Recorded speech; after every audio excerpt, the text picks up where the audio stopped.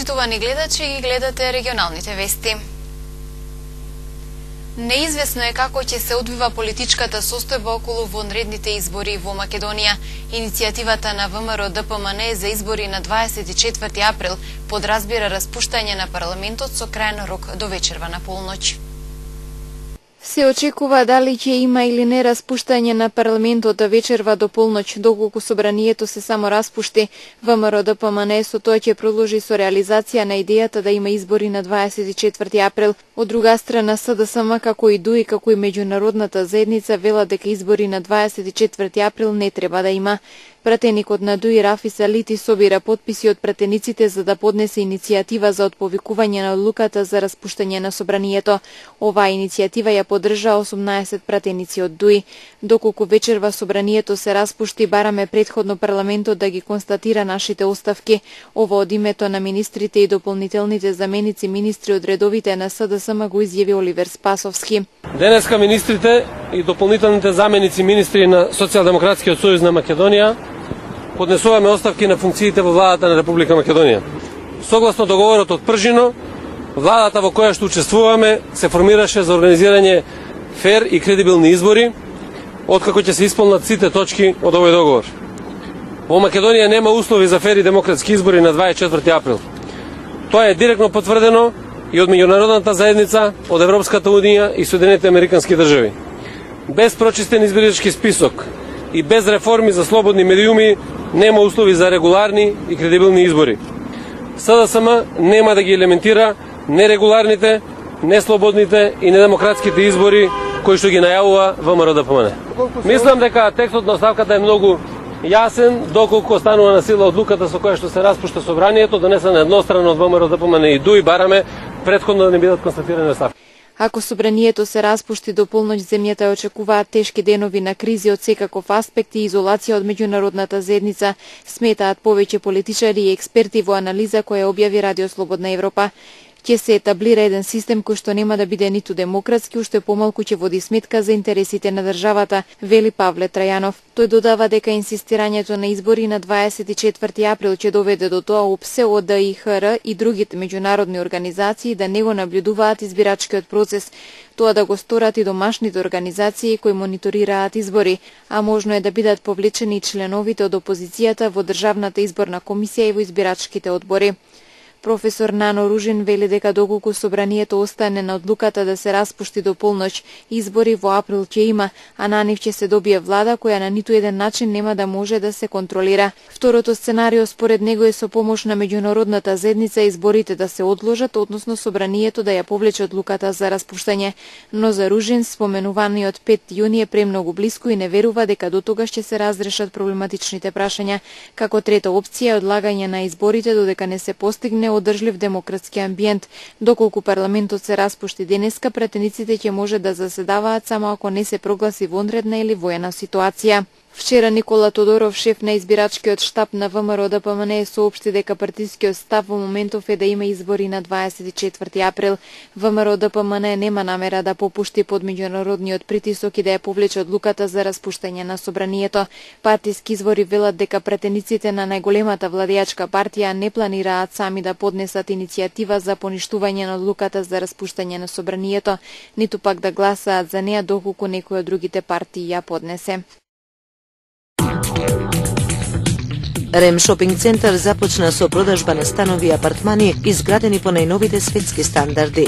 Становите се со површина од 48 до 159 метри квадратни. Секој стан има паркинг, мониторинг, видеофон, алармен систем и лифт. Становите и апартманите се со наши цени. 1 квадратен метар од 750 до 800 евра, со можност на купување преку комерцијални банки, како и со готовинско плаќање со екстра услови. Приклучете се на семејството на Рем Шопинг центар. Изборите во Соединетите Американски држави и изборите во Република Македонија насловот на дебатата која денеска се организираше на Државниот универзитет во Тетово. На дебатата своји предавања одржаа директорот на мисијата на УСАИД во Македонија, Джеймс Стајн, и професорот на правниот факултет на ДУТ, Јусуф Зенели. Денеска во Државниот универзитет во Тетово заедно со УСАИД односно со директорот на ОСОИД во Република Македонија. Имавме трибина, научна трибина во врска со изборите во Соединетите Американски држави и изборите во Република Македонија. И во ова трибина ги презентираваме нашите ставови во врска со изборите во овие држави, односно приоритетите и предизвиците на изборниот процес како во САД, така и во Република Македонија, пошто тоа е едно од најважните прашања во државата, односно сосема во моментот кога Република Македонија е во мислам тоа во времето на предвремени парламентарни избори. Кои се предизвиците според вас во однос на изборите во Македонија? Па ако земаме тоа историскиот аспект, значи имаме два дела. Првиот дел, значи изборите кога беа организирани во комунистичкиот систем и после тоа, после 90-те години, значи после плурализмот, политичкиот плурализам, значи имаме во мнозинскиот систем организирање на изборите. Значи сега предизвиците се во тоа што треба да се, мислам, државна изборната комисија треба да продолжи со расчистување на изборната листа. Значи тоа се вика као главен предизвик. Освен тоа треба например да се разгледа одлуката за избор на 3 пратеници надвор во диаспората, пошто мислам дека тоа не е некој посебен придонес за парламентарниот систем во Република Македонија, можеби само финансиски трошоци. Инаку ако се зема нивната улога во парламентот или собранието на Република Македонија, значи нема некој, да кажеме, голем придонес од изборот на 3 пратеници во диаспора. Тоа. Така, ако направиме споредба со изборниот систем во Америка, со оглед тоа дека нели претседателски, дали има таму предизвици доста нерешени прашања како кај нас? Па не, таму мислам дека според уставот кој е еден од првите пишани устави во светот, значи се функционира како што треба, пошто значи зборуваме за една држава во која се спроведува начелото на делбата на власта, значи секоја институција ги извршува своите надлежности без да влие на надлежностите на другата институција. И таму, например, нема некој посебен предизвиц. Вие гледате и изборната кампања, тоа сосема се одвива, например, во врска со даноците или нешто слично. Делегација на швајцарската агенција СЕКО, преку која во Гостивар се реализираат 2 големи проекти за подобрување на водоснабдувањето, беше во посета на општината. Делегација на швајцарската агенција СЕКО ја посети општина Гостивар со цел да се информира околу текот на проектите што се спроведуваат со финансиска поддршка од владата на Швајцарија. Станува збор за 2 проекти што се однесуваат на подобрување на водоснабдувањето за Гостиварскиот регион, за кои швајцарските партнери издвојуваат 7,5 милиони франци. Представниците на СЕКО и општинските власти донеле заеднички заклучок дека работите на терен се одвиваат според предвидената динамика и планови. На средбата со градоначалникот Невзат Бејта и неговите соработници се разговарало за подготовката на мастер планот за вода за пиење, со кој се цели долгорочно да се намалат загубите и целосно да се задоволат потребите за вода на граѓаните. Проектите што се реализираат со швајцарска поддршка офаќаат изградба на резервоари, нови водоводни линии во Бањица, Ciglana, Zdunje, Forino, Čegrane и други населени места, заштита на изворите во Вруток, поставување на нови водомери и така натаму. Во финансирањето, освен Швајцарија, учествува и самата општина Гостивар, а во еден од проектите дел од парите се обезбедени преку германската КФВ банка. Над 300 случаи на водена диареја биле евидентирани во Тетовско во првиот месец од годината, покажува алерт извештајот. На стомачни тегоби се пожалиле пациенти од сите возрастни групи. Вкупно 120 пациенти од Тетовско кои се пожалиле на стомачни тегоби проследени со водена диареја се регистрирани преку алерт системот во 6-та пријавна недела во месец февруари, мака со проливи мачеле од бебиња до највозрастни, односно тегоби имале пациенти од сите возрастни групи. Во групата од 20 до 59 години регистрирани се 40 случаи, кај бебињата и малите деца 33, кај младинците евидентирани се 26, додека кај оние над 60 години 21 случај. Според месечниот алерт извештај за јануари во Тетовско регистрирани биле 313 случаи на водена диареја. Како најчувствителна група според извештајот се издвојуваат бебињата и децата до 6 години. Кај нив се регистрирани 141 случаи. По нив следат оние на возраст од 20 до 59 години со 92 случаи. Потоа тинејџерите со 43 случаи и лицата над 60 години со 37 пријавени случаи. Лекарите за диареја препорачуваат неколкудневен режим на исхрана, како и внесување на вода и електролити. Доколку состојбата не се подобри, тогаш треба да се побара стручна помош. Според лекарите треба да се земе во предвид фактот дека проливите кај децата и возрастните не се болест, туку симптом на некој здравствен проблем. Загрижувачки е кога акутниот облик на водена диареја премине во хроничен и трае со недели или месеци. Тоа може многу да ја наруши здравствената состојба на лицето, предупредуваат стручните лица.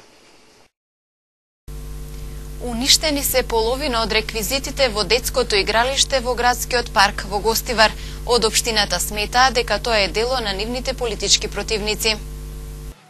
Извадена ограда и светилки, скршени клацкалки, расфрлани делови од куќарки. Ваква е сликата во детското игралиште во градскиот парк во Гостивар, откако деновиве било мета на вандали. Голем дел од реквизитите се целосно уништени и веќе не може да се користат. Игралиштето, кое беше омилено собиралиште на родителите со помали деца, е преполовено. Функционираат само неколку лулашки или зганици. За случајот со изјава излегоа општинските власти на Гостивар. Сметаат дека ваквите и слични оштетувања на урбаната опрема низ градот се дело на нивните политички противници. Овие поединци кои резултира дека се припадници на опозицијски партии ги шкртаат зидовите низ градот, во урбаната опрема, како што се автобуски постојки, дури не се устрчуваат да ја оштетуваат игротеката на градскиот парк. Со единствена цел, значи деградирање на работите кои ги врши општина Гостивар и градоначалникот Невзат Бејта во интерес на сите наши граѓани. Независно од овие нечовечки действија, во Гостивар ќе продолжи поставењето и на други игротеки, а опозицијските партии ги повикуваме да ги спречат нивните активисти да не го оштетуваат имотот на нашите граѓани. Од општината случајот го пријавиле во полиција и очекуваат сторителите да бидат откриени. Детското игралиште во градскиот парк се уреди со донација од Турција во вредност од 40.000 евра. Дел од возачите во Полошко не ги почитуваат сообраќајните правила и прописи. Тоа го покажува бројот на казни изречени во акциските контроли на сообраќајната полиција, како и најновата сообраќајка на магистралниот пат Гостивар-Кичево, која се случила првично поради недавање првенство на минување. Сообраќајните правила и прописи натаму не ги почитуваат поголем број од возачите во Тетово и Тетовско и со тоа ја доведуваат во прашање сопствената и безбедноста на другите учесници во сообраќајот. Тоа го покажуваат и потврдуваат и бројките и показателите од последните засилени акциски контроли, реализирани во периодот од 13 до 21 овој месец, информираат од секторот за внатрешни работи Тетово. Во овој период, на пример, од 102 возила колку што биле опфатени во ваквите контролни активности, 36 се испратени на технички преглед, а 7 од нив биле технички неисправни, 6 им биле неисправни со пирачките и на 1 уредот за управување. Покрај ова 6 возила имале истечена регистрација до и над 30 дена. 9 возачи не користеле сигурносен појас, 5 управувале без дозвола и 2 се движеле во спротивна насока. Постапувајќи според законските овластувања, тетовските сообраќајци вкупно 10 возила исклучиле од сообраќај. 9 возачи се писмено опоменати, додека на 16 им се изготвени мандатни и прекршочни платни налози. Во периодот за кој станува збор, реализирани се и 2 наменски акции за брзина и алкохол. Во првата констатиран бил 21 прекршок, односно пребрзо возење надвор од населено место и 14 во населено место. 6 од прекршителите возеле и до над 50 км на час повеќе од дозволеното. Овие прекршоци санкционирани се со 33 мандатни платни налози и 3 опомени. Од 150 алкотестирани возачи, пак кај 3 е утврдена алкохолизираност, поради што веднаш се исклучени од сообраќај. Времено им се одземени дозволите и изготвени им се мандатни платни налози. Паралелно со овие утврдени исто така биле и 72 други видови прекршоци. Од полицискиот билтен информацијата за сообраќајна незгода што се случила вчера напладне на магистралниот пат Гостивар-Кичево, на Стакларска крстосница. Во неа учествувале 2 патнички возила, БМВ со гостиварски таблици управувано од 42 годишен мавровец и Голф со тетовски таблици што го управувал 55 годишникот Здуња. Во несреќата возачот и сопатничката од Голфот здобиле повреди и со друго возило пренесени се во Гостиварската болница. По окажаната помош возачот е пуштен на лекување, а сопатничката поради скршеница на десната рака префрлена е на скопските клиники. Извршени увити се утврдува причината за несреќата, која првично е недавање првенство на минување, во која вкупната материјална штета се проценува на 100.000 денари. Утре ќе се избира највештата жена на Тетово за 2016 година. Победничката на општинскиот надпревар потоа ќе учествува на републичката манифестација Вешта жена, која ќе се одржи во мај. Која ќе биде највештата жена на Тетово за 2016 година ќе се знае утре. Манифестацијата ќе се одржи во хотел Лирак во Тетово со почеток во 18 часот. Присутната публика подеднакво со жирито ќе има можноста да пресуди за најубавата надпреварувачка маса. Освен надпреварувачки дух и уметничко уживање за публиката, манифестацијата нуди можност за забава и дружење. Па така естрадниот уметник Јоце Панов повторно како специјален гостин ќе ги забавува припадничките на понежниот пол, кои ќе бидат присутни на утрешниот избор на Вешта жена на Тетово. Традиционално атмосферата ќе ја подгрева со многу песни и ора маестро бенд. Белек на Вешта жена уште од самите почетоци е мултиетничкиот карактер на манифестацијата, на која се надпреваруваат жени од различна етничка припадност, вера, политички убедувања и возраст, но манифестацијата Вешта жена има поширок концепт од надпревар во подготовка и сервирање на главно јадење и десерт. Таа е манифестација која за публиката овозможува пред се споделување на искуства и стекнување нови, забава и дружење за сите припаднички на понежниот пол. Победничката на општинскиот надпревар, која утре ќе ја понесе титулата Вешта жена за Тетово за 2016 година, ќе учествува на републичката манифестација која традиционално ќе се одржи во мај, и овој пат медиумски покровители се радио и телевизија КИС.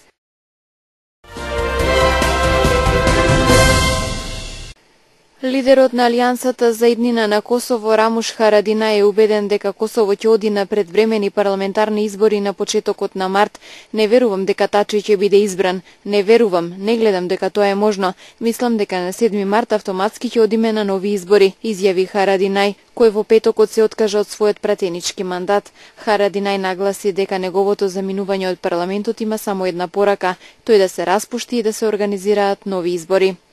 Грција и врачи протестна нота на Австрија поради средбата на представници на земјите од Западен Балкан свикана од Виена, на која Атина не е поканета. Нотата му беше врачена на амбасадорот на Австрија во Атина.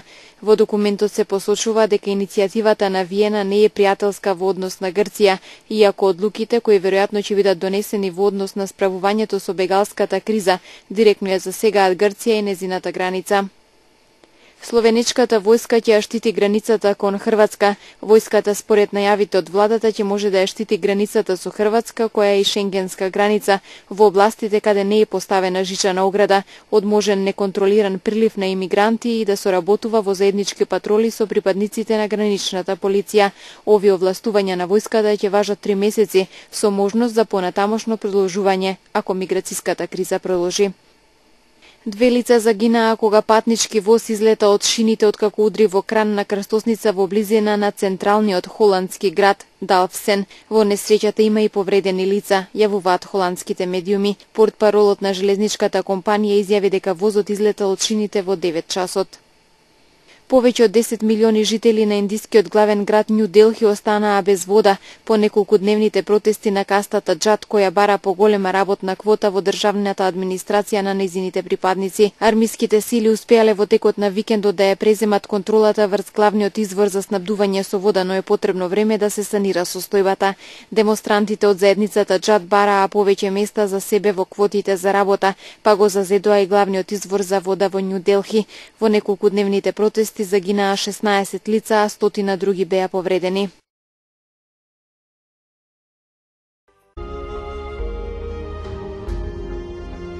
Денес имавме променливо облачно време, попладне со значителна облачност. Дуваше слаб до умерен ветер од јужен правец. Утринската температура се движеше од 1 до 7 степени, а дневната од 16 до 20 степени.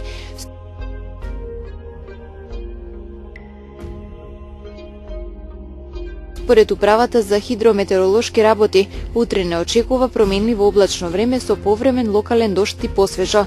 Утринската температура ќе се движи од 4 до 10 степени, а дневната од 11 до 16 степени.